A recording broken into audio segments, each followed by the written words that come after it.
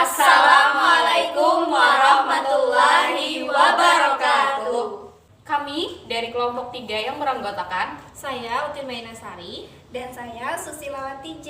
Saya Susilawati N. Dan saya Suryati. Di sini kami akan membahas tentang latar belakang perlunya bimbingan konseling keagamaan terhadap korban yang terkena dampak musibah banjir. Selamat menyaksikan. Bimbingan konseling Islam. Menurut Yahya Jaya menyatakan bahwa bimbingan dan konseling Islam adalah pelayanan bantuan yang diberikan oleh konselor agama kepada manusia yang mengalami masalah dalam kehidupan keberagamaannya, ingin mengembangkan dimensi dan potensi keberagamaannya seoptimal mungkin, baik secara individu maupun kelompok, agar menjadi manusia yang mandiri dan dewasa dalam beragama, dalam bidang akidah, ibadah, akhlak, dan muamalah. Melalui berbagai jenis layanan dan kegiatan pendukung berdasarkan keimanan dan ketakwaan yang terdapat dalam Al-Quran dan hadis. Latar belakang perlunya bimbingan konseling keagamaan terhadap masyarakat yang terkena dampak musibah banjir. Salah satunya contoh bencana alam adalah banjir. Banjir merupakan fenomena atau bencana alam yang tidak dapat dihindari. Mencegah terjadinya korban jiwa dalam jumlah besar merupakan sebuah tantangan bagi masyarakat dan pemerintah. Begitupun juga yang terjadi khususnya di Kabupaten Hulu Sungai Utara.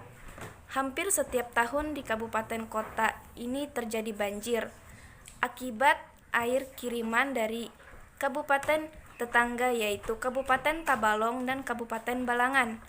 Ribuan rumah terdampak yang tersebar di 8 kecamatan di Kabupaten Hulu Sungai Utara. Kalimantan Selatan, data yang diperoleh dari Badan Penanggulangan Bencana Daerah HSU ada total 10.800 rumah warga yang terendam banjir. Sebagian besar banjir yang mengenangi rumah yang berada di pinggir sungai. Musibah memang membawa derita pada korbannya, derita fisik dan psikis. Bagi yang selamat dari derita fisik dapat menimbulkan cacat ringan hingga yang berat, sedangkan derita batin dapat menimbulkan goncangan jiwa dari yang paling ringan hingga yang paling berat. Berdasarkan pendekatan fisikosomatik, sebenarnya derita fisik dan derita batin tidak dapat dipisahkan. Keduanya akan saling mempengaruhi. Namun, dalam kenyataannya, derita batin lebih mendominasi langsung berhubungan dengan perasaan. Korban musibah lazimnya mengalami kekosongan jiwa, putus asa, atau pasrah karena merasa kehilangan tempat bergantung. Dampak bencana ini membawa akibat secara psikologi dan kondisi psikologi yang diderita memberikan pengaruh yang cukup signifikan bagi kehidupan yang harus dijalani. Inilah yang melatar belakangi pentingnya bimbingan konseling terhadap masyarakat yang terdampak musibah banjir. Nah, jadi dapat disimpulkan tujuan dukungan psikososial terhadap korban yang mengalami musibah adalah untuk mengembalikan individu atau kelompok supaya dapat menjadi kuat secara individu atau kolektif, berfungsi optimal dan memiliki ketangguhan dalam menghadapi masalah, serta dapat menjalani hidup dengan lebih baik lagi. Banjir merupakan fenomena atau bencana alam yang tidak dapat dihindari. Mencegah terjadinya korban jiwa dalam jumlah besar merupakan sebuah tantangan bagi masyarakat dan pemerintah. Begitupun juga yang terjadi khususnya di Kabupaten Hulu Sungai Utara. Hampir setiap tahun di kabupaten kota ini terjadi banjir akibat air kiriman dari kabupaten tetangga yaitu Kabupaten Tabalong dan Kabupaten Balangan. Ribuan rumah terdampak yang tersebar di 8 kecamatan tak terkecuali Desa Pakapuran, Kecamatan Amutai Utara. Desa ini merupakan salah satu desa yang sering terjadi banjir ketika banjir datang di Kabupaten Hulu Sungai Utara. Dan inilah hasil wawancara kami dengan salah satu perwakilan warga yang terdampak banjir. Bagaimana tanggapan Bapak mengenai banjir yang terjadi di Pakapuran ini? Lalu bagaimana antisipasinya? Tanggapannya, Ya, kalau tanggapannya ya mau gimana lagi lah, gue juga sedih kok melihat ya ada yang rumahnya kebanjiran gitu. Nah, harus yang bersih-bersih dulu kan. Sebelum banjir itu, sesudah banjir kan bersih-bersih juga kan, bersih-bersih rumah.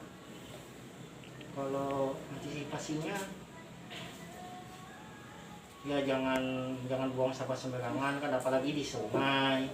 Terus jangan menebang pohon secara ilegal. Itu aja Pak. Terus apakah Anda menganggap banjir ini sebagai musibah atau sebuah ujian? Terus apa hikmah yang dapat diambil dari kejadian banjir ini, Pak? Serta apa harapan Bapak terhadap pemerintah di Kabupaten Hulu Sungai Utara ini? Di Kabupaten Hulu Sungai Utara, Harapan Bapak terhadap pemerintah dalam menanggulangi masalah banjir khususnya? apa tadi, musibah atau Iya, apakah Bapak menganggap ini sebuah keduanya aja, mungkin sama-sama musibah atau ujian aja. Iya. Musibah atau ujian kan itu. Itu kalau untuk harapannya untuk pemerintah nih, jalan yang di depan aja ini, yang jalan di depan ini, soalnya kan banyak keluhan dari teman-teman yang dari arah keluar, misalnya kan bisa hendak Muntai. Itu salah satu yang paling dalam itu kalau untuk jalan ini di depan nih. Nah, kalau bisa kan beberapa bulan yang lalu kan kayak di di Palampitan sama di Palampitan rasanya kan itu peninggian jalannya toh. Iya, di Pelampitan sebenarnya. Nah, Palampitan Hilir sama di Jalan Kuantan itu. Nah, itu kalau bisa ditinggiakan juga kayak itu, ditinggiakan juga di Pakapuran nih, soalnya kan termasuk yang paling dalam nih keluhannya kan, ada kakawanan dari Kalua atau dari mana kayak itu. Itu aja. Terima kasih Bapak atas jawabannya.